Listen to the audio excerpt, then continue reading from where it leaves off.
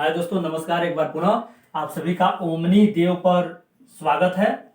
ये रहा दोस्तों ओमनी देव। हमारा यूट्यूब चैनल ओमनी देव पर आप सभी का एक बार पुनः स्वागत है। आइए यारों, मैंने आप सभी को इसके पहले की कक्षाओं में मैंने टीवी, आईवी, एल, भी और पी भी, यानी कि यारो ये रहा ट्रांजिटिव वर्ब, ये रहा यारो इंट्रांजिटिव वर्ब, और ये रहा दोस्तों लिंकिंग वर्ब, और ये रहा फ्रेजल वर्ब। मैं इसका फुल फॉर्म आपको बता देना चाहता हूं। इसके पहले जो मैंने आपके पास वीडियो अपलोड किया है, भेजा है, उनमें मैंने टोटल इसका हिंदी में भी लिखा था इंग्लिश के साथ साथ। तो देखिए, इसको कहते हैं ट्रांजिटिव वर्ब। ट्रांजिटिव वर्ब का मतलब होता है यारो सकर्मक क्रिया। क्या होता है यारो? सकर्मक क्रिया। आईवी का मतलब होता है यारो इंट्रांजिटिव वर्ब, यानी कि सकर्मक क्रिया का ठीक विपरीत, उल्टा, अपोजिट, जिसे हम अकर्मक क्रिया कहते हैं। तीसरा मैंने बताया था यारो लिंकिंग वर्ब। लिंकिंग का मतलब होता है लिंक। लिंक मींस यारो क्या होता है? जोड़ना या जुड़ाव। तो इसका मतलब क्या हो गया? संयोजक क्रिया। क्या हो गया यारो? संयोजक क्रिया। फ्रेजल वर्ब का हिंदी होता है यारो संयुक्त। ये संयोजक है, ये संयुक्त है, इसमें कंफ्यूजन में बिल्कुल मत रहिएगा। तो आइए मैं आपको बताना चाहता हूं कि यहां पर जो ट्रांजिटिव वर्ब है, बहुत बच्चे कंफ्यूजन में पड़ जाते हैं कि सर ये जो ट्रांजिटिव वर्ब है, कभी कभी इसे टीबी भी बोल देते हैं। क्या बोल देते हैं यारो? टीबी। तो टीबी एक बीमारी का नाम है, आप याद रखिएगा। इसको कहते हैं ट्यूबरकुलोसिस। यहां पर मैं लिख दे रहा हूं यारो, ये एक बीमारी का नाम है जिसे कहते हैं ट्यूबरकुलोसिस। ये रहा ट्यूबरकुलोसिस, इसे कहते हैं यारो। इसलिए इस बीमारी का नाम बिल्कुल मत लीजिएगा, ये टीबी है। इससे आप एक चीज और याद रख सकते हैं, टेलीविजन भी होता है टीवी का फुल फॉर्म। क्या होता है यारो? टेलीविजन, जिसे हम दूरदर्शन कहते हैं। लेकिन आपको हमें टीवी याद रखना है, और उसका मतलब ये कि सकर्मक क्रिया ट्रांजिटिव वर्ब। तो आइए यारो, मैं आपको बताता हूं कि ट्रांजिटिव वर्ब जो सकर्मक क्रिया है, ये है क्या चीज, इसको मैं बताता हूं। सबसे पहले मैं आपको ट्रांजिटिव वर्ब बताता हूं यारो। क्या बताता हूं? Transitive verb. आइए ट्रांजिटिव वर्ब को देखते हैं यारो। टीवी,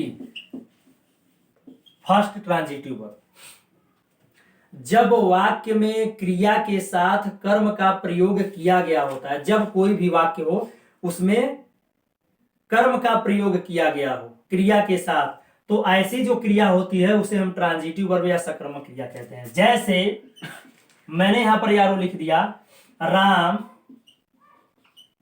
ईट्स और मैंगो। यहां पर देखिए यारो, मैंने लिख दिया राम ईट्स और मैंगो। राम एक आम खाता है। तो इस वाक्य में आपने क्या देखा? राम खाता है। तो भैया क्या खाता है? जब क्या और किसको प्रश्न पूछने पर कोई जवाब मिल जाता है, तो वह होता है यारो ऑब्जेक्ट, कर्म होता है। और परिभाषा क्या कहता है कि जब वाक्य में क्रिया के साथ कर्म का प्रयोग किया गया हो, तो उसे कहते हैं ट्रांजिटिव वर्ब, सकर्मक क्रिया कहते हैं उस क्रिया को। तो यहां पर आपने देखा राम खाता है। चलो भाई, राम क्या खाता है? ए मैंगो या ओ मैंगो कहते हैं, एक आम खाता है। इसलिए ये क्या हो गया? आपका ट्रांजिटिव वर्ब हो गया यारो। क्या हो गया? Transitive verb. अब इसका ठीक विपरीत देख लीजिए, he goes to the market. क्या मैंने लिखा यारो? He goes to the market, वह बाजार जाता है।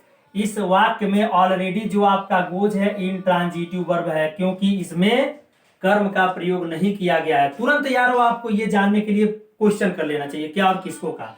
यहाँ पर देखिए, वह जाता है, क्या, किसको, कोई जवाब नहीं। इसलिए आपका यहाँ पर गोज क्या हो गया? इंट्रांजिटिव वर्ब हो गया। Already goes is intransitive verb, इसको याद रखिएगा। इसके बाद देखिए लिंकिंग वर्ब। लिंकिंग वर्ब का हिंदी होता है संयोजक, यानी कि वे क्रियाएं, वे वर्ब्स जो सब्जेक्ट तथा सब्जेक्ट कॉम्प्लीमेंट का हिंदी होता है यारो पूरक, यानी कि वे क्रियाएं जो सब्जेक्ट तथा जो सब्जेक्ट को कॉम्प्लीमेंट करे और इसको जोड़ने का कार्य क्रिया करे, तो वह क्रिया जो होती है वह लिंकिंग वर्ब या संयोजक क्रिया कहलाती है। जैसे वह यारो एक एग्जांपल हम आपको लिख के बता रहे हैं, मिल्टन बिकेम ब्लाइंड। यहां पर देखिए यारो, क्या, मिल्टन बिकम ब्लाइंड। यहां पर मिल्टन अंधा हो गया। अब यहां पर अंधा कौन हुआ है? मिल्टन हुआ। तो ये आपका सब्जेक्ट है, और यहां पर ये क्या है यारो? सब्जेक्ट कॉम्प्लीमेंट है। तो इन दोनों को जोड़ने का कार्य कौन कर रहा है यारो? बीकेम कर रहा है, इसलिए आपका यह लिंकिंग वर्ब है। फ्रेजल वर्ब देखिए, तो मैं आपको यारो एक एक एग्जाम्पल लिख के डिस्क्राइब कर दे रहा हूं, आप मेरे बातों पर विशेष रूप से ध्यान दीजिएगा, जो जो मैं डिफिनेशन बोल रहा हूं, क्योंकि यूपी बोर्ड के लिए वेरी वेरी इंपॉर्टेंट होने वाला है। यूपी बोर्ड के अलावा या फिर जो इंग्लिश मीडियम के बच्चे हैं, सीबीएसई या आईसीएसई बोर्ड, उनके लिए भी काफी इंपॉर्टेंट होने वाला है।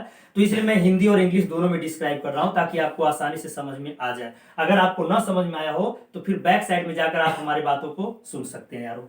तो देखिए, फ्रेजल वर्ब का हिंदी होता है संयुक्त, ये है संयोजक और ये है संयुक्त। संयुक्त का मतलब होता है जब वाक्य में, क्या यारो, जब वाक्य में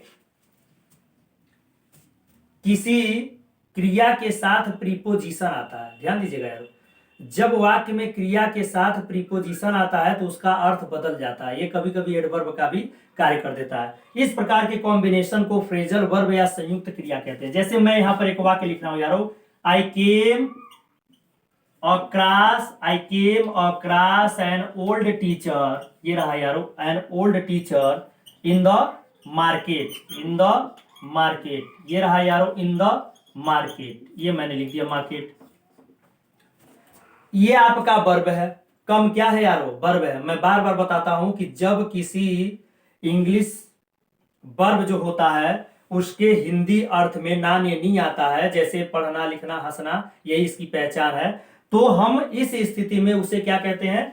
मेन वर्ब कहते हैं। तो आपने देखा कम वर्ब है और इसके साथ में क्रॉस आपने प्रीपोजिशन जोड़ दिया है। क्या जोड़ दिया यारो? प्रीपोजिशन जोड़ दिया है। तो इसका अर्थ बदल गया, इसका मतलब हो गया कि अचानक मिल जाना। क्या हो गया यारो?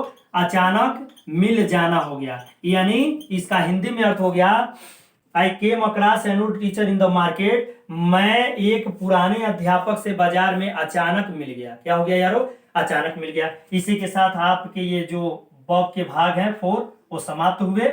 शेष अगली कक्षाओं में अगर आपको हमारा चैनल का ये पार्ट अच्छा लगा हो तो कृपया कर यारो सब्सक्राइब जरूर करें और शेयर भी करें। इसी के साथ मैं आपसे विदा लेता हूं। धन्यवाद। जय हिंद, जय भारत।